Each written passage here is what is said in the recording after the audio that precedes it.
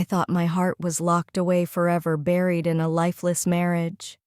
But one broken key and a forbidden spark set my soul ablaze. My name is Emily Harper, and this is how I risked everything for a dangerous secret that made me feel alive again. It was a sweltering July afternoon in Charlotte, North Carolina, when fate stranded me. I'm a social worker, 37, petite, with long blonde hair and hazel eyes that shimmer in the light. My company's rusty sedan failed me, the key snapping in the lock. I called my boss and the office roared with laughter. "We'll send a locksmith, Emily," they promised. But that rough neighborhood wasn't safe for a woman alone. I rang my coworker Rachel, who lived nearby. "Hurry, please," I begged. "I'm not scared of my clients, but this isn't a good spot." The heat was unbearable, so I sought shade under a tree, waiting. My mind drifted, and for a moment I considered calling James Carter. James was my escape, a pen pal turned confidant.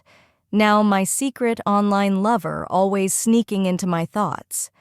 I've been married to Mark for 31 years with 2 grown kids, Ethan and Sophie. But our marriage is a ghost, silent dinners, separate beds, passion extinct. I stumbled onto a no-strings website, desperate for something to wake me up. At 5'2", slender, with a smile that lights up rooms, I drew plenty of suitors, most chasing cheap thrills. But I need meaning, connection. That's when James found me. His first message was different, polite, thoughtful, unlike the others. I brushed him off, Southern charm intact, but kept his email. Something about him lingered. James, 42, ruggedly handsome, with short dark hair and piercing blue eyes, replied with warmth I'd forgotten. He didn't want a fling. He craved a deep, lasting bond, someone to share dreams, secrets, maybe a life. I hid behind a fake name, Anna, but his words pulled me in. "Anna, you're the woman I've been searching for," he wrote. His sincerity cracked my walls. Most men on that site chased money or shallow highs, but James's handwritten profile felt real, like he believed every word. After a week, he sent virtual roses thanking me for my kindness. "No one's done that before," I thought, my heart thawing. I thanked him, and he replied, "You're the only real woman here." We emailed, then texted using my burner email, Annabelle.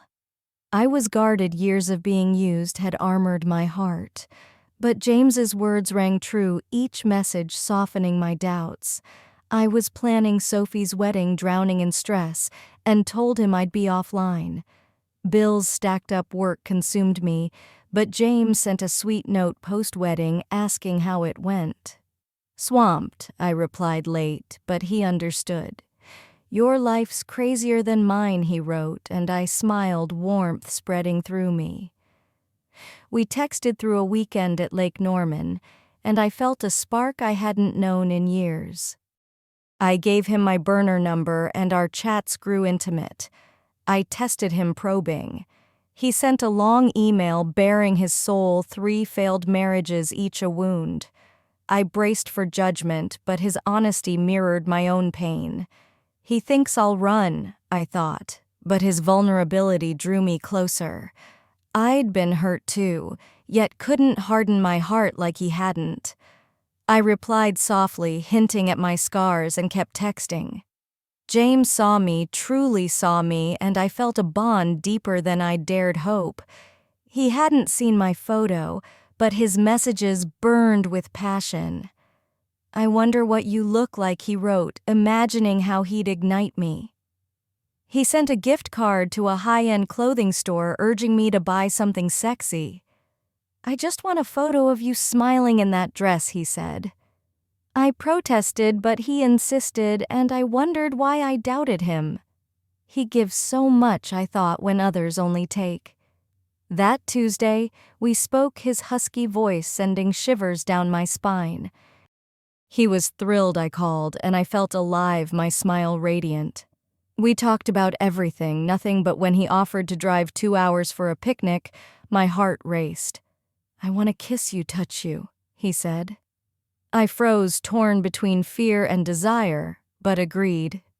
Thursday, 1 p.m., a Charlotte park. Under that tree, waiting for Rachel, I nearly called him. When his voice answered, my nerves melted. "You're in a rough spot, Emily," he said, worried. I laughed it off, and we chatted until Rachel arrived. The office said no locksmith, just a tow truck, but I barely listened, my mind on James. That Thursday I was a wreck, work a blur as I counted down.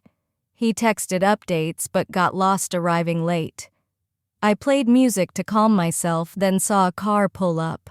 A man stepped out, not tall but striking, dark hair, blue eyes, sharply dressed. I wasn't sure until he called and our eyes locked. James approached and I stepped out, heart pounding. He wasn't tall, but his strong arms pulled me close and I felt safe. "You're more beautiful than I dreamed," he said, eyes tracing my curves. My photo hadn't done me justice, he claimed, and I blushed, feeling seen. His hands framed my face and our first kiss was electric, hungry, consuming. I trembled, lost in him, until a lawnmower's hum snapped me back. What if someone sees us? I scanned the park, paranoid. James didn't notice his gaze fixed on me like I was the only thing real. We set up a picnic under a tree, his blanket flapping in the breeze. He pulled roses from his SUV's cooler, handing them to me. "I promised real flowers," he said. Tears pricked my eyes. No one had given me roses just because. I ran into his arms, our kisses deepening, but a scooter's buzz made me pull back, fear creeping in. We ate chicken salad, strawberries, teriyaki meatballs, his thoughtfulness overwhelming. He tucked a rose behind my ear, his touch igniting me. But every noise jolted me, the public park a spotlight. James wanted more, urging me to lie back, but I couldn't. What if someone knows me? My job, my family, my life could unravel. He didn't see the risk lost in me, but I was torn. As lunch ended, he pulled me close, whispering, "I love you." Shock hit me. Was he like the others, lying to get what he wanted? I stiffened, and he sensed it, regret flashing in his eyes. Too soon, he muttered, but the words lingered, stirring something deep. We packed up, kissed goodbye, and I drove off, heart racing, mind spinning. The rest of the day I went through motions, but my thoughts were on James. His passion, his touch, his "I love you," it was everything I craved, yet terrifying. He means it, I thought, seeing love in his eyes, but the risk of being caught loomed. I knew making love with him would be earth-shattering, and that scared me more. He'd give everything, make me feel alive, but at what cost? My marriage to Mark was cold, but I cared about him, didn't want to hurt him. Ethan and Sophie would never forgive me. I wondered if I could have James and keep my family intact. Maybe we just need to be smarter, I thought, desperate for both worlds. James texted an apology, and I gave him an out. "I know you meant you love being with me," I wrote, and his relief flooded through. "She still wants me," he thought, hope flickering. He wasn't used to forgiveness, always punished for mistakes. I wasn't either, but with him I wanted to try. The next morning he woke, vowing to stay by my side, to steal moments where we could forget the world. I dreamed the same, waking in his arms, feeling desired. But my life was a web of duties, and I needed him to be patient. A week later, James drove to Charlotte, delivering school supplies for my clients' families. He'd scoured sales, his generosity stunning me. We stole a quick embrace, kisses reaffirming our bond. He consumed my thoughts, my heart racing at his texts. I kept control, but in quiet moments, driving, waiting, James filled my mind. We were becoming more than lovers. We were friends, confidants. But distance, family work kept us apart.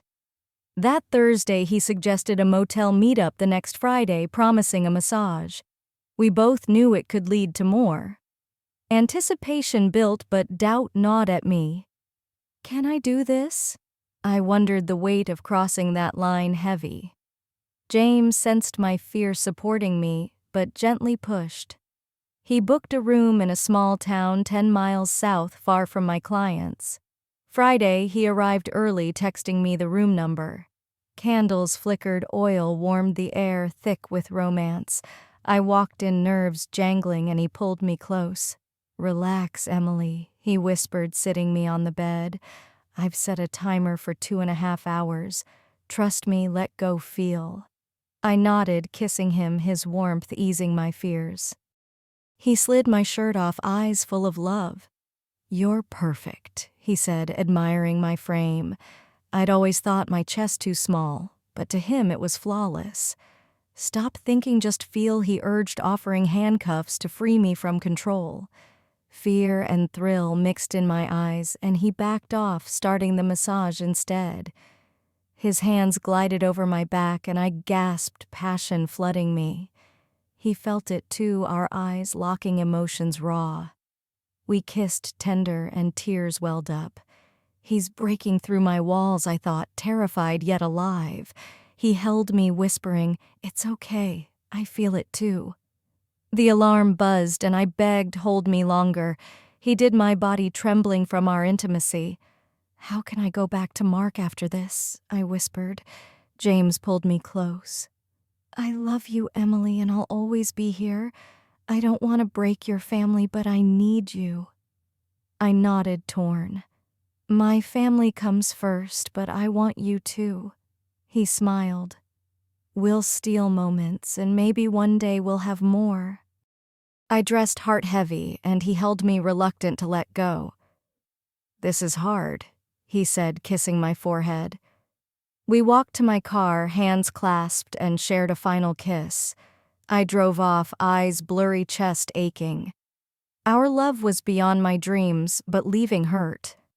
James watched, elated yet broken, knowing I was special. I felt alive, loved, craving more, but bound by duty. Could we make this work, or would our secret destroy us? Only time would tell.